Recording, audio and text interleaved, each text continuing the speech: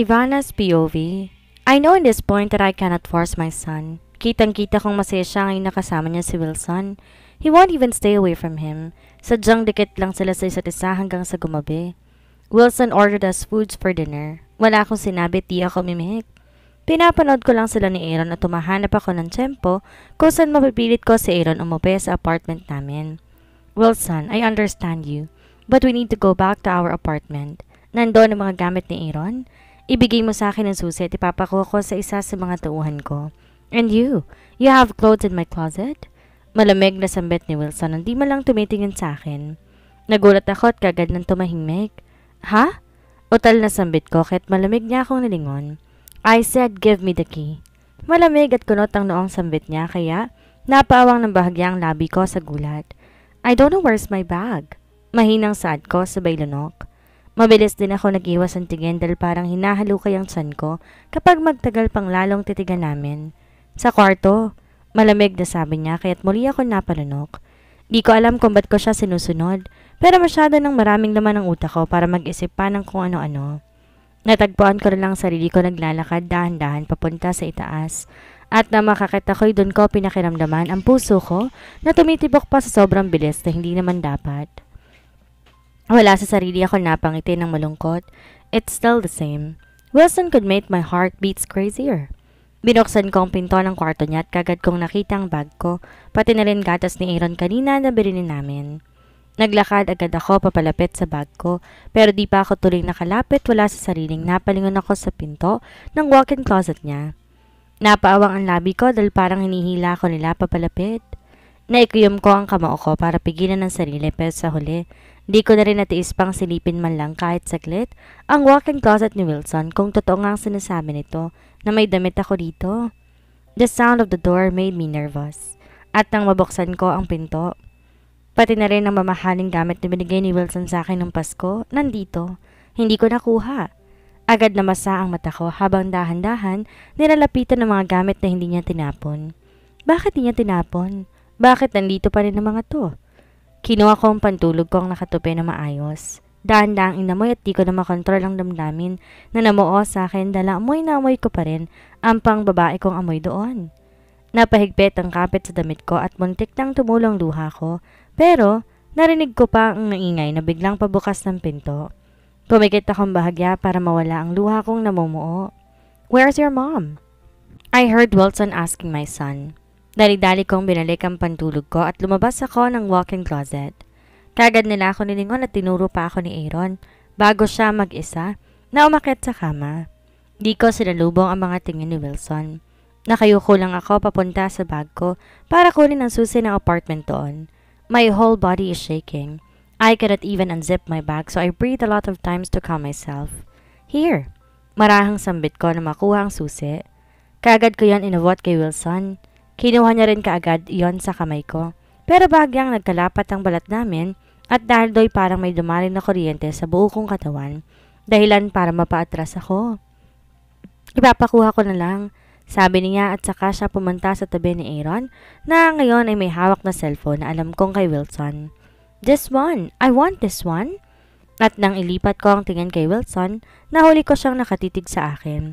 Daddy, this one too! Nangunot ang noo ko bago nag-iwas ng tingin. Just a second, I'll just give my key to my man, sabi ni Wilson sabay tayo. Dinig kong pinigilan siya ni Aaron pero hindi ko talaga hiniyan ang sarili kong tingnan sila. May kung ano sa loob ko na parang di maganda tuwing nakakasalubong ang mga mata namin ni Wilson.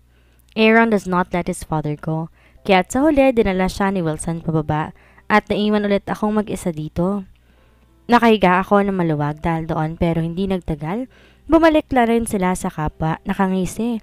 Kaya muli ako napanunok at umayos ng upo. Mom! Dad ordered me an iPad! Sigaw ni Aaron at dun lang ako napatingin sa kanila habang nilalaki ang mga mata. What? Di makapaniwalang sabi ko. Aaron will go back to Turkey next. Sino nagsabi? Pagpuputol ni Wilson sa sinasabi ko, kaya pilit kong sinuklian ang mga tingin niya. Hindi mo ako naiintindihan. Ipaintindi mo. Hindi yung aalis ka na lang bigla. Kontrolado na wika ni Wilson.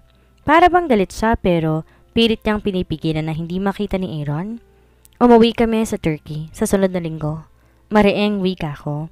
Hindi ko alam kung saan ako ngayon kumukuha ng lakas ng loob para salubungin ang mga mata niya. Hindi mo madadala ang anak ko? Sabi niya kaya marahas akong tumayo. Gusto ko siyang sigawan pero alam ko hindi po pwede dahil nakatingin si Aaron. Di man niya kami naiintindihan dahil nagtatagalog kami. Pero sa timbre ng boses at ekspresyon namin, alam kong makukuha niya kung nag-aaway ba kami o hindi. At ano? Are you expecting me to stay here? For what? Imbitado ba kami sa magiging kasal mo? Ano sa palagay mo ang mararamdaman ni Aaron? Umigting ang panga ni Wilson sa kanya maingat na nilagay si Aaron sa ibabaw ng kama. Mabuti na lang at busy siya sa kung saan anong tinitingnan niya sa phone ni Wilson. Mag-usap tayo. Sabi niya sabay kaladkad sa akin palabas ng kwarto. Kaagad kong winasiwas ang kamay ko para mabitawan niya ako pero sobrang higpit talaga ng pagkakahawak niya sa akin. Pagkalabas namin, kaagad niya akong sinandal sa pader malapit sa pinto ng kwarto niya. May kalakasan yon kaya bigla akong napadaing sa sakit. You are not going to hide my son again? He said with grated teeth. I won't let him see you getting married to someone. Just be happy with Christine and leave us alone. Madiing sambit ko kaya kinulong ako sa pagitan ng mga braso niya kaya mas lalo kong di makaalis. Sinamaan ko siya ng tingin. Shut up! Mariing sambit ni Wilson pero malakas ko lang siyang tinulak sa dibdib kaso hindi siya gumalaw man lamang. Just leave us alone, Wilson. I am doing you a favor here. Sabi ko pero napapikit ako nang bigla niyang suntukin ng pader sa kaliwa ko. Stop! Mariing wika niya kaya't naman nanginig ako sa takot. Nawala lahat ng tapang ko kanina. Parang may tumutulak sa akin na yakapin at talikan si Wilson. Ngayong sobrang lapit namin, lalo ko napatunayan kung gaano ko nang ulila sa kanya. Move! I uttered and the next thing he did shocked me. Nanlaki ang mata ko nang lumapat ang malambot niyang labi sa mga labi ko. Subukan mong umalis. Mariing bulong ni Wilson at dahan-dahang ginalaw ang mga labi niya para halikan ako sa paraang gusto ko. Nangilid ang mga luha ko at sa sobrang panghihina ko ay napakapit ako sa braso niya ng mariin. You are not going anywhere. You won't. Sambit niya sa pagitan ng mga halikit, dahan-dahan ako napapikit. I missed him so much. I am longing for this. He slightly bit my lower lip and I groaned in pain. Wilson? Nanginginig pang sambit ko at saka mas lalo pang hinigpitan ng pagkakahawak sa braso niya. And this time I did not hold myself for kissing him back. I kissed him back with so much passion. Kahit maraming pumapasok sa isip ko, hinalikan ko si Wilson ng kasinglahan kung paano niya ako halikan. Get it? You won't leave. I won't let you. Dad? Kagad kong tinulak si Wilson nang marinig ang boses ni Aaron sa gilid namin. Nanlalaki ang mata kong tiningnan ng anak, kulot ang noong nakatingin sa akin. What are you doing? Tanong niyang palipat-lipat ang tingin sa aming dalawa ng daddy niya. Aaron, my lips were trembling. Daddy, I ordered something. Come on, he said before pulling his dad's hand to get inside the room. Naiwan akong tulala at nakahawak sa mga labi kong nanlalambot dahil sa halik na pinagsaluhan namin. I could still feel his kisses. Naninindig ang balahibo ko dahil sa halik na yon. I dreamt of kissing him those 5 years that we were afar from each other. At ngayong totoong natikman ko na ulit ang labi niya. But I was wrong. Di ko dapat siya halikan pabalik. Di ko dapat siya hinayaan na halikan ako. Di ko sana ginawa yun. Sinabunutan ko ang sarili habang nakapikit ng mariin. Ivana, I regretfully murmured. Di maalis sa utak kong halik na pinagsaluhan namin. Di ko magawang kalimutan kung gaano kalambot ang mga yon. 5 years ago, I could kiss him every day. I could hug and whisper sweet things to him. Pero noon yon, ibang-iba sa ngayon kung bakit niya ulit ako hinayaan ng sariling mas mahulog. Ivana, get inside. Our son is sleepy. Your things in your apartment were already downstairs. Biglang sabi ni Wilson kaya't gulat akong napatingin sa kanya. Ha? Otal na sambit ko. Kukunin ko lang sa baba, sabi niya at mabilis akong tinalikuran.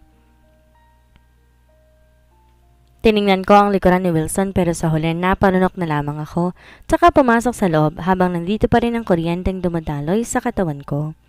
Pero hindi ko na yon pinagtuunan pa ng pansin, lalo na makita ko si Aaron na papikit-pikit pa habang nakasandal sa headboard ng kama. Baby, let's go. Let's take a half bath. Sabi ko kaya't bigla niya binuksan na maayos ang mga mata niya. Mommy, where's my daddy? Inaantok na tanong niya pero kaagad ko na siyang binuhat. Papunta sa banyo ni Wilson. Do you wanna stay here? Wala sa sariling tanong ko na kaagad niyang kinatango. Kung pwede lang anak. Mabilis ko siyang nilinisan at pagkatapos niya, binalot ko siya ng tuwala galing dito sa loob ng banyo. Tsaka pinaunang lumabas. Nang maibalik ko ng shower, lumabas na rin ako habang nagpupunas ng kamay. At tatigilan ako sa nakita. Pinagbibihis na ni Wilson si Aaron ng pantulog. May nakita rin akong malaking bag na suspetsa ko yung mga gamit namin. Milk? Aaron asked and Wilson looked at me. Is he using bottles or not? Tanong nito kaya umiling ako. He drinks his milk using a gas. I said and he nodded. I'll get one. I will also get on cold water. Sabi ni Wilson bago umalis kaya't lumapit ako sa gatas ni Aaron na kabibili lamang kanina. Di nagtagal bumalik na rin si Wilson kaya tinimplan ko na ng gatas si Aaron. Mabilis niyang naubos kaya tuminga siya kaagad. Mommy, can I sleep beside Daddy? Inaantok na tanong niya kaya't napatingin ako kay Wilson na napatingin din sa akin. Isang tango lang sinagot ko bago ko nag-iwas ang tingin. Dahil doon humiga ng tuluyan si Aaron, saka hinila si Wilson pahiga sa tabi niya. Nagbigay yon ng kakaibang sakit sa puso ko na hindi ko maintindihan. Ito ang unang pagkakataon na matutulog ang anak ko katabi si Wilson. Kita ko ang saya sa mukha niya at pati na rin ang higpit ng pagkakayakap niya sa ama na para bang anumang oras mawawala ito. Hurry up! Take a bath and I will go next. Sabi ni Wilson habang sinusuklay ng mahina ang buhok ni Aaron gamit ang daliri niya. Sa guest room na lamang ako, sabi ko pero umiling siya habang nasa anak ang tingin. Hahanapin ka niya pagkagising niya, panigurado? I did what he said even though I'm not really convinced. Pero kalaunan, naisip ko rin na hahanapin nga ako ni Aaron pagkagising niya. Matapos kong maligo, pumasok ako sa walk-in closet. Sa connective door ako dumaan. Kumuha ng pantulog at matagal bago ko yun maisuot dahil hanggang ngayon, gulat pa rin akong may damit ako dito. Bakit ni Wilson itatago ang damit ko? Pwede niya namang itapon na lang. I don't know his reasons but I'm thankful. Baka hinintay niya lang akong bumalik para ibalik ang mga ito? Matapos kong magbihis at makontento sa itsura, lumabas na ako mula sa walk-in closet. Namataan ko agad ang dalawang kapwa na nakapikit na. Aaron is hugging Wilson's stomach. Dahan-dahan naman akong humakbang papunta sa kanila. At di pa ako tuloy nakalapit, bahagyang bumangon si Wilson, tsaka napatingin sa akin. Natigil ako sa paglalakad na magtagpo ang mga mata namin. Tapos ka na? Tanong niya kaya naman mahina akong tumango bago tumuloy sa paglalakad. Palapit sa kama. Pinagmasdan ko ang natutulog na anak. Dahan-dahan kong kinuha ang braso niya. Sabi ko at ginawa ko naman yon. Kinuha niya sa pagkakayakap ni Aaron sa kanya, kaya bahagya itong dumaing pero kalaunan, bumalik din sa pagtulog nang yakapin ko siya. I'll just take a bath. Sabi ni Wilson saka umalis sa kama. Di ko na siya tinapunan ng tingin kasi tinoon ko ng pansin kay Aaron. I think I won't be able to sleep tonight. Humiga ako ng maayos at pinikit ko rin ang mga mata ko pero natiling gising ang isipan ko. At nang marinig kong pagbukas ng pinto ng banyo, ilang minutong nakakaraan, nanatili pa rin akong nakapikit hanggang nanginginig na ang parehong talukap ng mga mata ko. And my heart began to beat wildly when I smelled the familiar shower gel. Kasunod nito ay ang paglubog ng kama sa kabilang bahagi. Aaron groaned so I had no other choice but to tap his lap. Sleep, baby. Mommy's here. I whispered while tapping him a little and after a while, he went back to sleep. Sobrang pinipigilan ko ang sariling mapatingin kay Wilson kahit gusto ko sanang tingnan ko ano ang ginagawa niya. Alam kong nakahiga na rin siya sa kabilang gilid ni Aaron. Hindi ko akalain na darating pa ulit ang pagkakataon na matutulog kami sa parehong kama. And this time, our son is with us. Biglang gumalaw si Aaron at napayakap kay Wilson kaya hindi ko na napigilan pang mapatingin sa kanya. Naabutan ko siyang nakatitig kay Aaron pero kalaunan napatingin siya sa akin. Bigla ako nag-iwas ng tingin, tsaka tumalikod, parang di ko na maling makita pa ang mukha niya sa gaming to. I am not sure if he is asleep now. Ayokong lumingon dahil baka hindi pa. I can't sleep. Hindi ako dinadalaw ng antok. Mulat na mulat ang mga mata ko at pinapakiramdaman ko ang posibleng mangyari sa likuran ko. I cannot really sleep tonight. Nanginginig ang buo kong katawan habang pilit kong pinapakalma ang paghinga ko. After a couple of hours, I am still awake. Paminsan-minsan gumagalaw ang kama, patunay na gising pa rin si Wilson. Gustuhin ko bang tignan siya, hindi ko magawa kasi ayoko. Ayoko kasing iba-ibang pakiramdam ang nihahatid niya sa akin. Sa ikatlong pagkakataon gumalaw ang kama, tanda na gumalaw siya. Napanunok ako at saka mabilis na humarap kay Aaron, kaya naman dumaing siya at saka umiyak ng bahagya. I tapped my son's back while he is hugging his father. "Mommy, Daddy?" He murmured those words while burying his face on her father's chest. Nang bumalik sa pagkakatulog si Aaron, pinikit ko ang mga mata ko, tsaka pinilit ko ang sariling matulog. Pero matagal bago ako nakatulog. Hindi ko alam kung anong oras ba akong natulog. Ang alam ko lang mas matagal pa ako nagpanggap na tulog kaysa sa pagtulog ko. "Mommy, Mommy, wake up!" Naalimpungatan ako dahil sa pangungulit ni Aaron. Baby, wait!" I murmured by his slightly slapped my shoulders. "No, let your mommy sleep," a husky voice said, and that is the reason why I opened my eyes. Doon ko napagtanto na wala pala kami sa apartment. Mabilis akong bumangon at ang unang nahagip ng mga mata ko ay si Wilson. Komportabling nakasandal sa headboard ng kama, habang si Aaron nakaupo sa tiyan niya, panay ang tawa. "We need to go," sabi ko. Sabay tayo mula sa kama kahit sinaman ako ng tingin ni Aaron. "No, Mommy," he said, so I just sighed. "Come on," sabi ko sa bayo ko para abutin siya. I kissed him on his lips before looking at his father who is raising his brow. "Uuwi muna kami sa..." "No," sagot ni Wilson kaagad. Kahit di pa nga natatapos ang sasabihin ko. "You don't expect us to stay here forever, right?" Mariing sambit ko sa kabila ng kaba. Ngayon ko lang ulit nakita ang bagong gising na mukha ni Wilson. Ang gulo ng buhok niya at wala pa siyang damit pang itaas. May takip na comforter ang pang-ibabang bahagi ng katawan pero alam ko naka-boxers lamang siya ngayon. "Are you gonna bring my son? If yes, then you can't go out of this penthouse," sabi niya sabay alis sa kama. Kagad niyang binuhat si Aaron kaya't mabilis ako nag-iwas ng tingin para hindi ko mapuna ang katawan niya. "Hindi mo kasi naiintindihan, Wilson." "No, you are the one who cannot understand, Ivana." "Uuwi kami. Malakas ang ulan, hindi pwede," sabi niya kaya nanlaki ang mga mata ko. Ayokong paniwalaan na sinabi niya at saka tinakbo kong papunta sa balcony nitong kwarto niya. Hinawi ko ang malaking kortina at doon ko nakita ang malalakas sa patak ng ulan sa labas. Ito na yata ang bagyong dahilan kaya hindi kami makaalis sa bansang to. Sobrang lakas ng ulan at di na gaanong kita ang mga building sa labas. "This can't be," pasinghap na sambit ko. "Mommy, close the curtain. I don't like that," Aaron shouted so I closed it before looking at them again. "Wilson, ano ba to? Ahayaan naman kitang bisitahin si Aaron ayoko ng gulo," sabi ko habang naglalakad papalapit sa kama. Mukha ba ako may dalang gulo? Sarkasikong sambit ni Wilson. "This is so difficult. Hindi ko alam ang sasabihin ni Christine. Hindi ko alam ang sasabihin ni Tita Christina at ni Daddy. Takot na takot ako sa mga nangyayari at hindi nila alam yon. Please, Wilson," I truly begged, and that's the reason why his jaw clenched.